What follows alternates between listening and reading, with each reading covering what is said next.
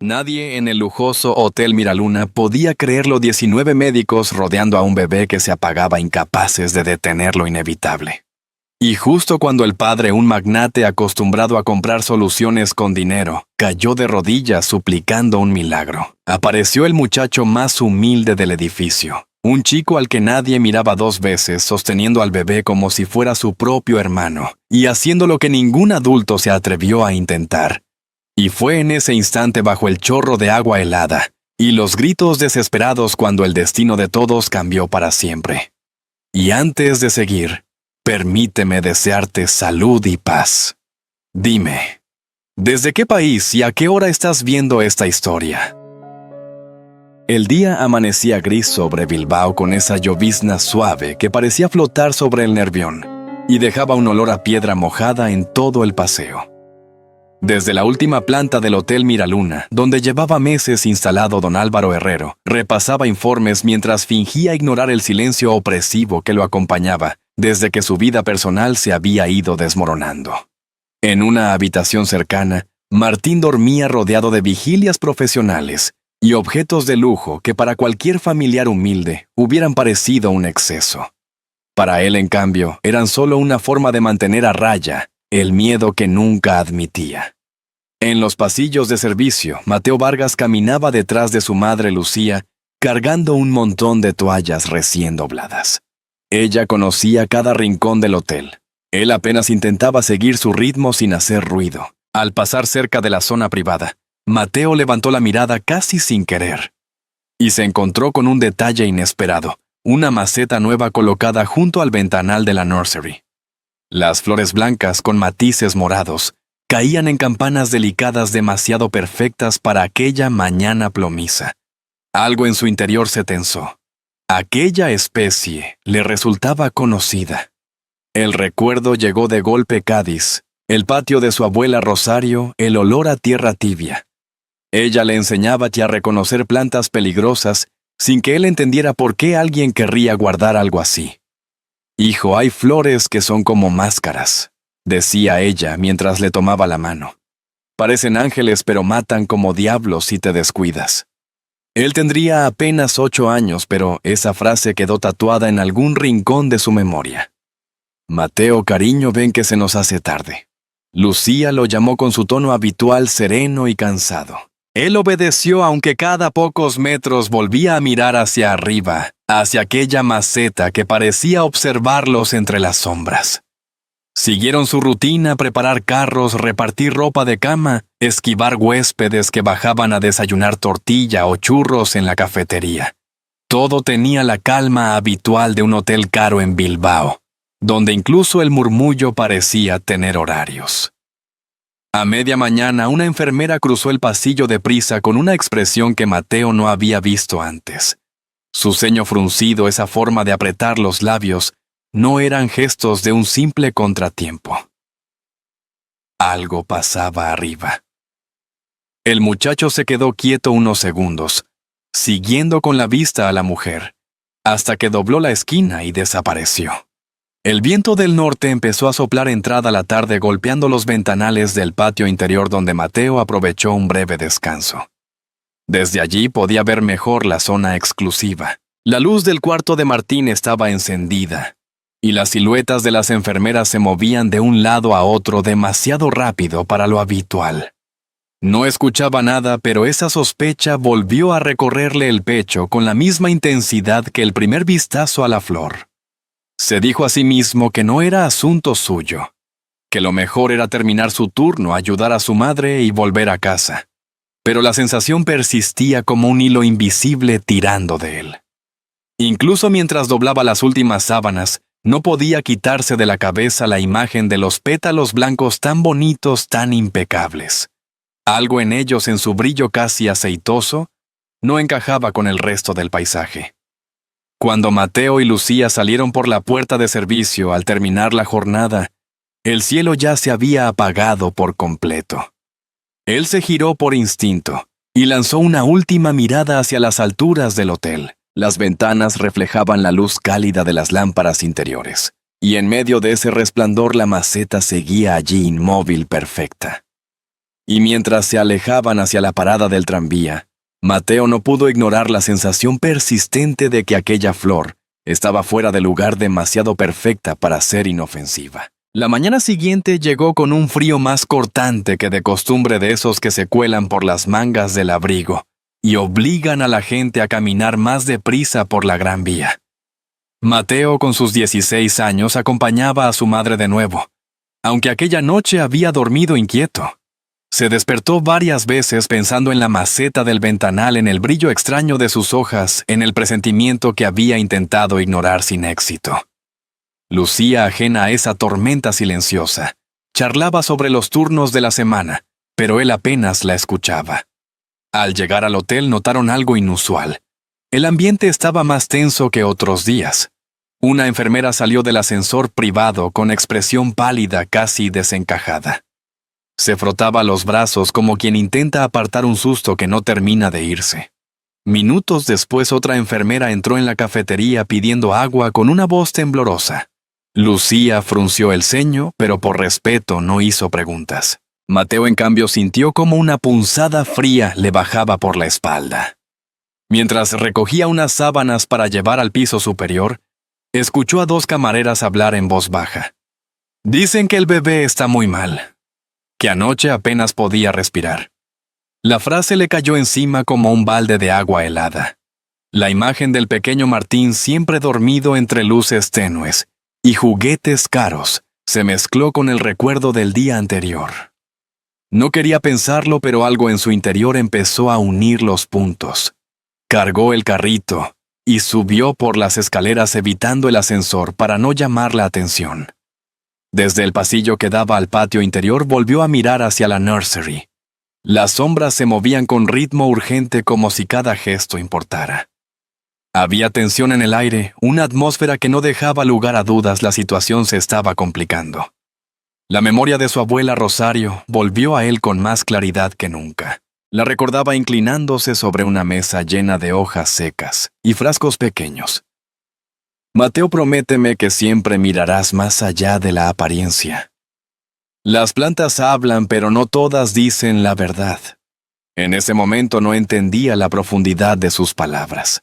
Ahora, sin embargo, sentía que una parte de ella intentaba guiarlo desde algún rincón de su memoria. Lucía le pidió ayuda para acomodar unas almohadas en una suite de la cuarta planta. Mientras trabajaban, ella notó que su hijo estaba demasiado callado. ¿Te pasa algo, hijo? Él negó con la cabeza, pero sus ojos no podían ocultar la ansiedad. Su madre suspiró pensando que serían preocupaciones de adolescente, aunque en el fondo percibió que había algo más. A media tarde, una alarma médica sonó desde el piso privado, breve pero intensa. No era un sonido habitual. Todos en el hotel sabían reconocerlo. Los pasillos se llenaron de pasos rápidos, de voces sofocadas, de teléfonos vibrando. Mateo se acercó disimuladamente a la esquina desde donde podía ver parte de la actividad. Un médico consultaba gráficos en una tablet con el ceño muy fruncido. Otra enfermera hablaba por teléfono con evidente urgencia. Nadie parecía tener respuestas. El corazón le latía con fuerza.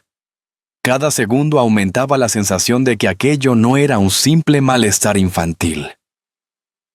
Había visto esa especie dejar un residuo aceitoso en las manos del jardinero, cuando la descargaron del camión, y ahora la imagen se repetía en su mente como un eco molesto. ¿Y si esa flor estaba dañando al bebé sin que nadie lo sospechara? ¿Y si la advertencia de su abuela era real, tan real como el miedo que empezaba a crecerle en el pecho? Pidió permiso para llevar unas mantas al almacén del piso superior, solo para poder pasar de nuevo frente al ventanal.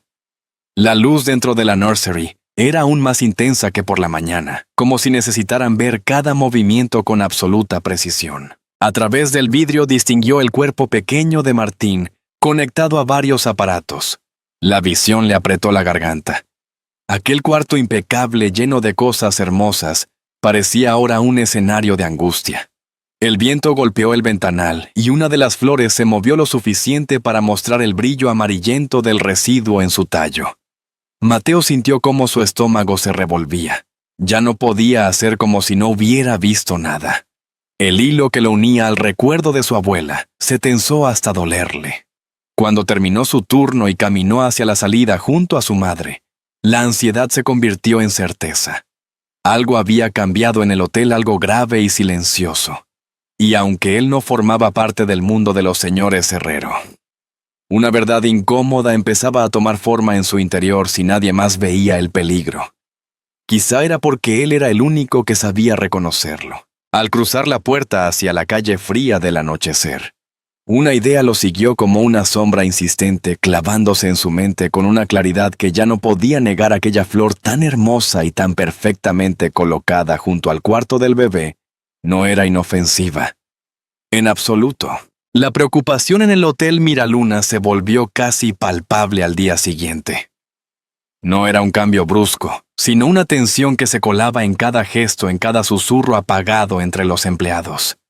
Mateo llegó temprano con Lucía, todavía con la mente ocupada por las sombras del día anterior. Apenas entraron por la puerta de servicio, él notó que algo había empeorado. Las enfermeras caminaban deprisa, los médicos hablaban con tono grave y el ascensor privado subía y bajaba sin descanso, como si la urgencia lo impulsara. Mientras ayudaba a preparar un carro de limpieza, escuchó a un mozo comentar en voz baja: «Dicen que el bebé pasó la noche entera con crisis, que su piel se puso azulada». A Mateo se le heló la sangre. No podía evitar unir cada palabra a la imagen de aquella maceta misteriosa, tan perfectamente colocada junto al ventanal del cuarto infantil. Lucía, ajena a las conjeturas de su hijo, le pidió que la acompañara a la quinta planta para cambiar unas sábanas. Él obedeció, aunque su mente estaba en otra parte. Al pasar frente al ascensor privado, escuchó un breve pitido y vio cómo dos médicos salían con gesto de derrota, intercambiando frases cortas que no logró entender del todo. Parecía que no encontraban explicación a la enfermedad del pequeño Martín. En un impulso, Mateo se acercó a la ventana del pasillo que daba al patio interior. El cielo estaba cubierto, Bilbao amanecía con esa luz pálida tan propia del norte. Desde allí podía ver el ventanal del nursery. Dentro se distinguían movimientos rápidos, sombras, que entraban y salían del encuadre. Mateo tragó saliva. Su intuición ya había dejado de ser una simple aprensión, era una advertencia que golpeaba desde dentro. Recordó entonces la última conversación que había tenido con su abuela Rosario antes de que ella enfermara. Estaban en el patio limpiando hojas secas. Mateito, le dijo ella con la voz cansada, si algún día ves una flor demasiado hermosa, desconfía. Las plantas sí siempre dicen la verdad, pero su belleza puede ocultarla. Él tenía la memoria clavada como un eco persistente, y por primera vez comprendía el verdadero peso de aquella enseñanza.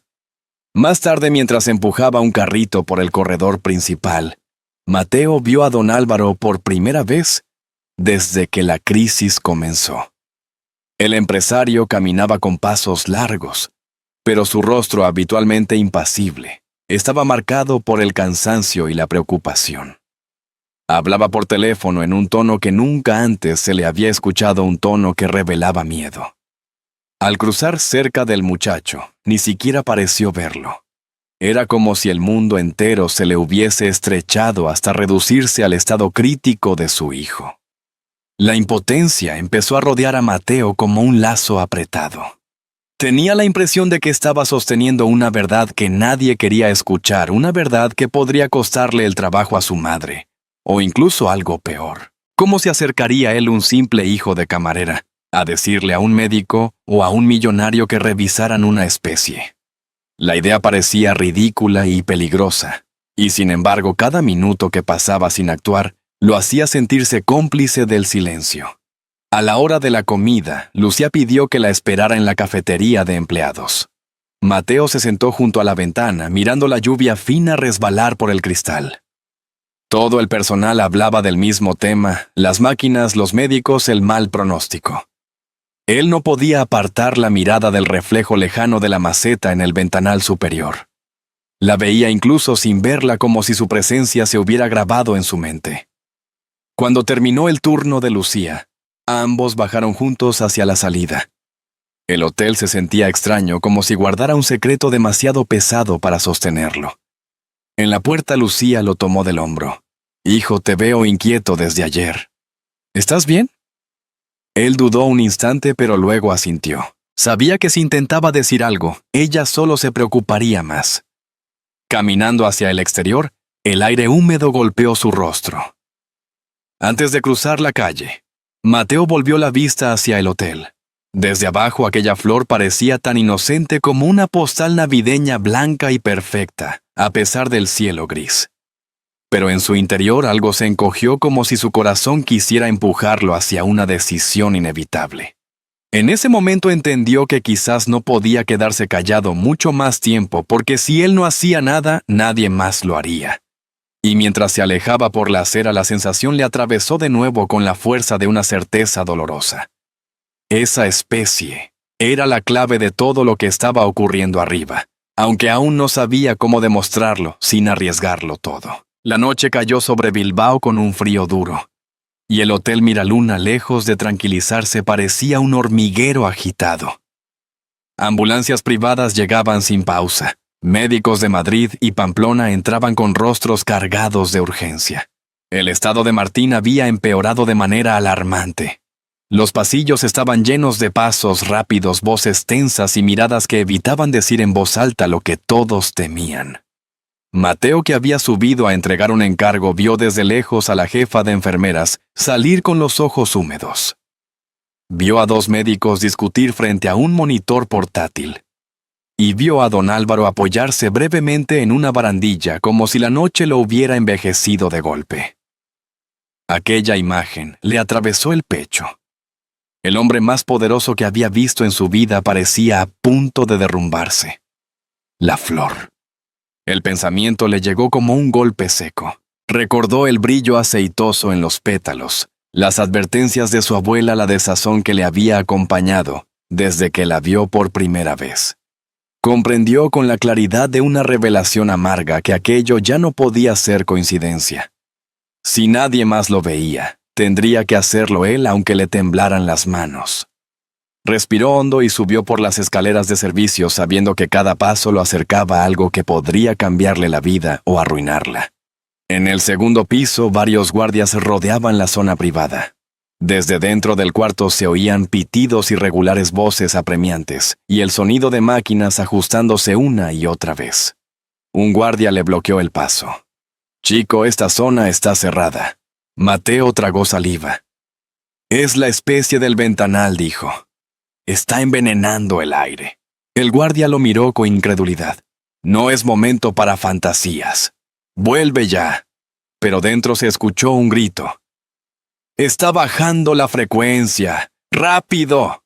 Algo en el cuerpo de Mateo se encendió. Se lanzó hacia adelante, esquivando al guardia con la agilidad desesperada de alguien que no tenía nada que perder. Oyó pasos detrás de él, órdenes por radio, alguien llamándolo. Pero ya estaba en el pasillo final con la puerta del nursery frente a él. La empujó con fuerza. El estruendo hizo que todos se giraran. Médicos, enfermeras, incluso don Álvaro, lo miraron como si hubiera aparecido un intruso en medio de un quirófano. Pero Mateo solo señaló la maceta en la ventana. «La flor. Es tóxica. Tienen que sacarla de aquí». Un guardia lo agarró del brazo, pero en ese instante Mateo vio el monitor junto al bebé. La línea caía. Martín se iba. Miró el carrito de emergencias y reconoció un frasco carbón activado. Recordó la mezcla exacta que su abuela usaba para niños pequeños en Cádiz, repitiendo la proporción en su mente como un reflejo aprendido. Antes de que pudieran detenerlo, se soltó, tomó un poco de polvo mezclado con agua y se acercó al bebé. «Perdona», susurró. Los guardias lo tiraron al suelo, pero él ya había puesto la mezcla en la boca del pequeño. Gritos, órdenes, caos. Y entonces la doctora Vega señaló el monitor con incredulidad. «Esperad. Está subiendo. La frecuencia está subiendo». Un silencio espeso cayó sobre la sala. Una enfermera tocó la mejilla del bebé. «El color está volviendo». Todos miraron a Mateo aún retenido por los guardias. Incluso don Álvaro con la voz quebrada murmuró: «Alguien revise esa especie». Ahora mismo. La noche de pronto había cambiado de dirección. El amanecer rompió sobre Bilbao con un resplandor tenue que apenas conseguía colarse entre las nubes bajas. Dentro del Hotel Miraluna, sin embargo, la luz parecía otra más suave, casi esperanzadora. Después del caos de la noche anterior, el silencio de la madrugada dejaba un aire espeso como si todos temieran moverse demasiado rápido y despertar otra crisis. Martín seguía delicado, pero respiraba con más estabilidad, y eso bastaba para que las enfermeras caminaran con un ritmo menos desesperado. Mateo llegó con Lucía para ayudarla antes de entrar a clase. Llevaba pocas horas de sueño, y aún así tenía la mente despierta, atravesada por la mezcla de miedo, alivio y desconcierto que lo acompañaba desde que lo sacaron del nursery. No sabía qué iba a pasarle. Ahora podría perder el permiso para entrar al hotel, podrían despedir a su madre. Pero aunque el pánico estaba allí, no se arrepentía. Pensar en el bebé agotado luchando por respirar borraba cualquier duda. En la zona privada, varios técnicos colocaban sellos y cajas alrededor de la maceta del ventanal. La doctora Vega supervisaba el procedimiento con una serenidad tensa. Un especialista del ayuntamiento llamado de madrugada revisaba la flor con guantes gruesos. Mateo se acercó discretamente sin que nadie lo notara y alcanzó a oír al botánico murmurar: «Es una variedad peligrosa. Libera compuestos nocivos en espacios cerrados». Cada palabra era una puñalada no por sorpresa, sino por confirmación. Su abuela tenía razón. Él había visto lo que otros pasaron por alto. Y aún así su estómago se retorcía al recordar el caos que había provocado. El botánico, con expresión perpleja, añadió: «No entiendo cómo llegó hasta aquí. Alguien tuvo que haberla colocado de forma deliberada». La frase quedó suspendida en el aire como un relámpago silencioso. Más tarde, mientras Lucía organizaba un carrito de limpieza, Mateo vio a don Álvaro salir de la habitación donde velaban a Martín. Caminaba con paso lento, sin la dureza habitual, como si la angustia lo hubiera despojado de todas sus armaduras. Sus ojos tenían ojeras profundas, y la barba crecida revelaba que había pasado demasiadas horas despierto. Cuando sus miradas se cruzaron, Mateo sintió un temblor. Era la primera vez que el empresario lo observaba de verdad, no como parte del mobiliario del hotel. Durante unos segundos, ninguno habló. Finalmente fue don Álvaro quien se acercó. «Tú eres el muchacho que...». La voz le falló como si aún no supiera cómo agradecer sin quebrarse. Mateo inclinó ligeramente la cabeza sin saber qué responder. «Solo quería ayudar, señor». El empresario tragó saliva. «Mi hijo pudo haber muerto anoche. No sé cómo explicarlo, pero... gracias». Las palabras cayeron sobre él con un peso inesperado. No era un agradecimiento exagerado ni dramático. Era algo más difícil, la gratitud de un hombre que había visto su mundo tambalearse. Antes de que la conversación pudiera continuar, la doctora Vega se acercó con expresión grave.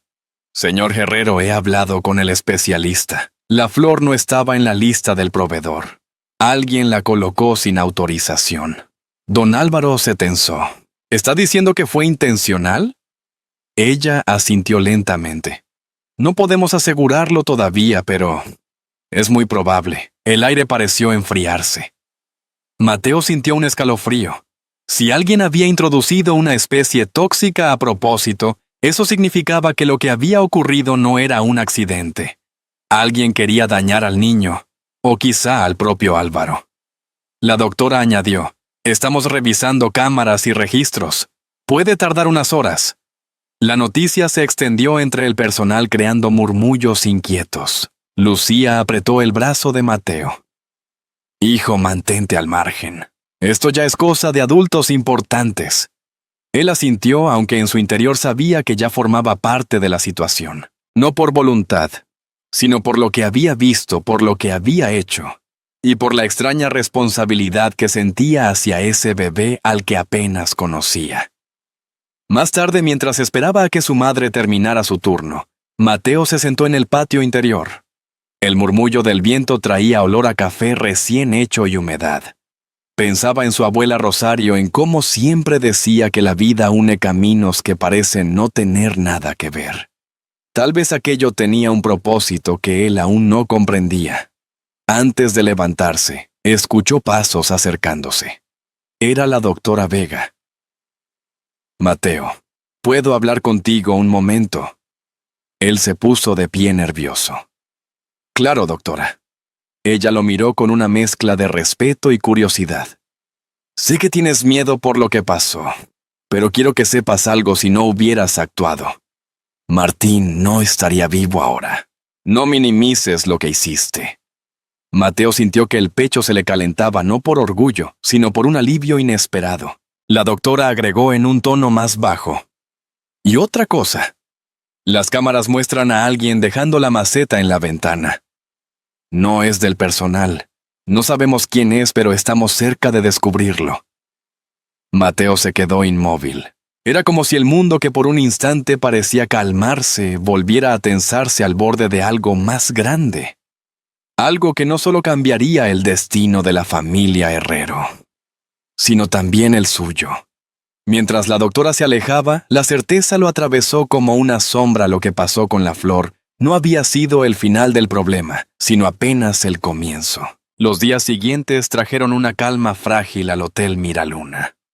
Martín mejoraba poco a poco, respirando con más fuerza mientras los médicos ajustaban los tratamientos con un cuidado meticuloso. El ambiente, aunque aún tenso, se había llenado de un aire suave, casi agradecido. Para todos el bebé empezaba a ser símbolo de resistencia.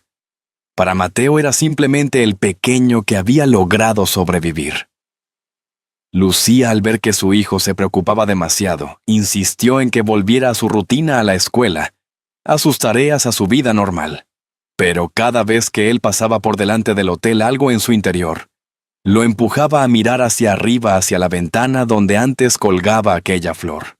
Ahora el ventanal lucía limpio y claro, como si se hubiera liberado de una sombra silenciosa.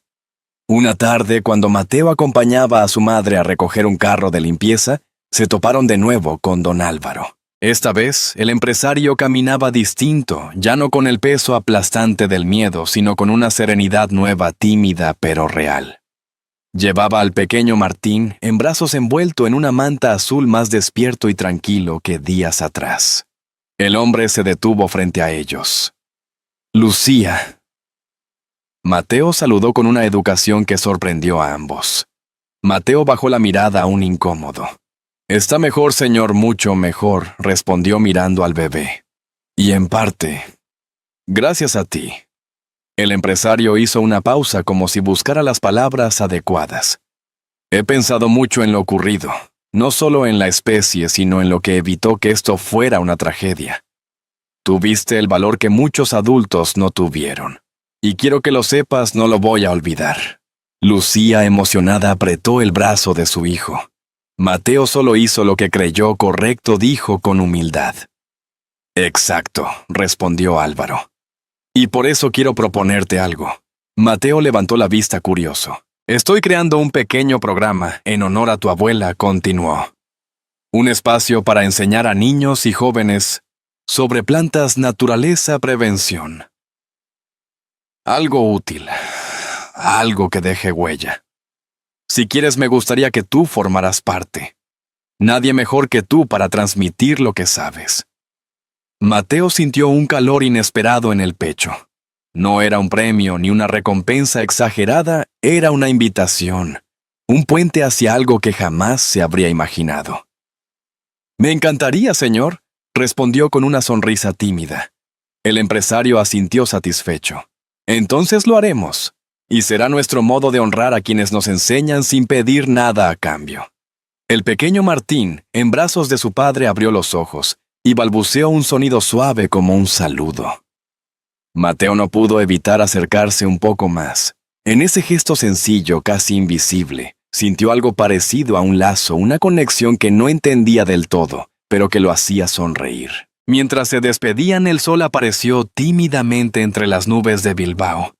iluminando el ventanal que antes había ocultado una amenaza, y que ahora reflejaba solo la luz de una tarde tranquila. Era un recordatorio silencioso de que incluso en los lugares más fríos, la vida sabía abrirse camino. Y mientras Mateo caminaba junto a su madre hacia la salida del hotel, comprendió que lo vivido no había sido solo una tragedia evitada, sino el inicio de algo nuevo.